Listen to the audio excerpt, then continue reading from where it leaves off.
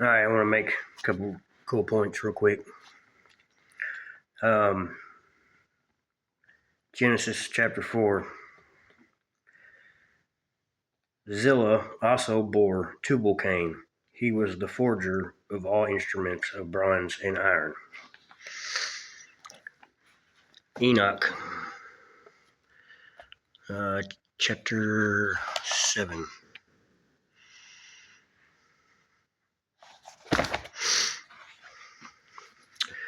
And all the others, no, chapter 8. Sorry. And Azazel taught men to make swords and knives and shields and breastplates, and made known to them the metals of the earth and the art of working them. Back to Genesis chapter 4. Just want to repeat this one more time. Zillah also bore Tubal-Cain. He was the forger of all instruments of bronze and iron, the metals of the earth.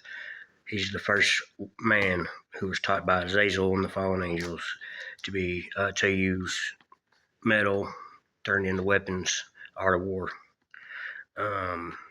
Also notice that Tubal-Cain, Cain is in his name. This is the lineage of Cain, who married into the female fallen angels.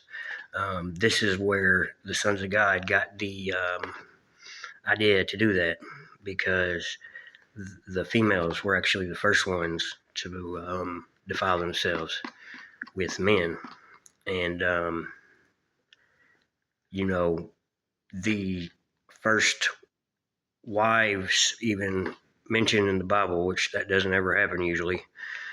These are the first two fallen angelic females, and their names were Ada and Zillah.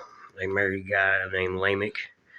This little section is pretty cool. I'm not going to try to explain it all right now. Still not 100% sure about Lamech and the revenge of 77-fold for him killing a couple men. I happen to think he's saying that for the wives.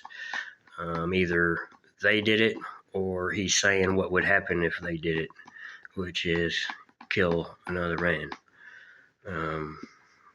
So anyway, the next point I want to make is the two sons that Ada had. Ada bore Jabal, Jabal. He was the father of those who dwell in tents and have livestock. His brother's name was Jubal, Jubal. He was the father of those who play lyre and pipe.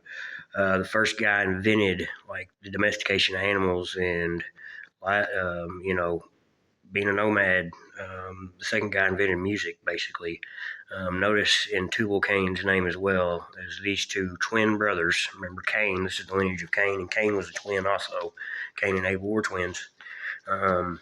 They all three have Baal at the end of their name, Baal. Now, when the Moabites introduced the god Hubal, Hubal, to the Mecca, whenever Muhammad came on the scene in Saudi Arabia, they paid homage to the Meccans and those tribes' moon gods by donating their idol of their moon god to the Kaaba, which is the big black square over there. The Meccans set this idol up. This is the same idol, the same god, the moon god, that Muhammad introduced as the god of his new religion that he was starting, convincing the other tribe members to do the same, follow suit into this new religion called Islam. And Hubal, Hubal, the moon god, is also who ended up becoming Allah. But Allah and his descendancy coming from Hubal, the name of the Moabite god, that actually was also the equivalent of the god Baal, who the god Baal was also a moon god. In many cultures, in some cultures they did, he was the sun god. The Babylonian mysteries, Baal was the sun god.